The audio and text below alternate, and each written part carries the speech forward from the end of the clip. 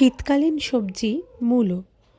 একবার এইভাবে মূলোর তরকারি বানিয়ে দেখুন, খুব ভালো লাগবে খেতে। এর জন্য প্রথমে মূলোগুলোকে একদম সরু সরু করে ঝিরিঝিরি আলু ভাজার মতো করে কেটে সেটাকে নুন দিয়ে একটু সেদ্ধ করে নিয়ে জল ঝরিয়ে রেখেছি।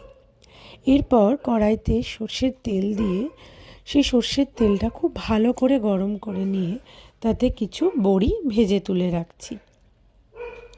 বড়িটা বেশ লাল লাল করে ভেজে তুলে রেখে আমি কড়াইতে কিছু ফোড়নের জিনিস দেব। সেগুলো হলো সর্ষে আর শুকনো লঙ্কা। এই সর্ষে আর শুকনো লঙ্কা ভালো করে ভাজা ভাজা হয়ে গন্ধ বেরোলে এর মধ্যে আমি আগে থেকে ভাপিয়ে সুন্দর করে জল ঝরিয়ে জল নিংড়ে এই মূলোগুলোকে এর ভিতরে দিয়ে দিচ্ছি।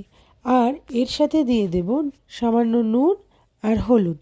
যেহেতু লবণ দিয়ে সেদ্ধ করা হয়েছে তাই নুনটা একটু হিসেব করে দিতে হবে। এখানে আমি হাফ চামচের মতো নুন দিয়েছি আর একটু হলুদ দিয়ে ভালো করে ভাজা ভাজা করে নিচ্ছি। এটা একটু নাড়িয়ে চাড়িয়ে প্রায় 5 থেকে 7 মিনিটের মতো ঢেকে রাখবো। ভালো করে ঢেকে রাখলে এই মূলোটা আরও ভালো করে মজে যাবে আর সেটা থেকে অল্প অল্প করে খানিকটা জলও বেরিয়ে যাবে। সেই জলটা পুরো মজে আসলে পরেই তরকারি কমপ্লিট।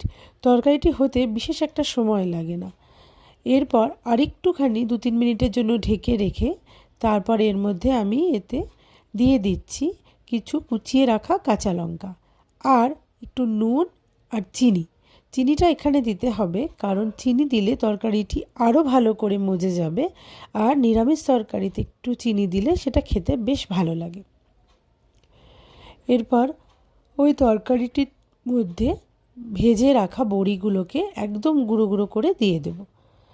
বড়িটি গুঁড়ো গুঁড়ো করে দিলে ইভেনলি সব জায়গায় মিশবে আর খেতেও বেশ ভালো লাগবে।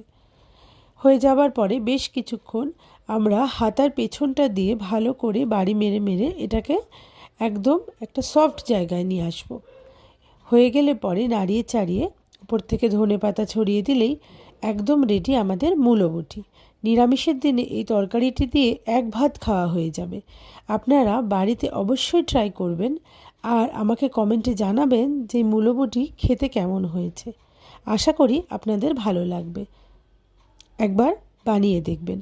মূলো খাচ্ছেন না ঝিরিঝিরি করে আলু ভাজার তরকারি খাচ্ছেন বুঝতেই পারবেন না।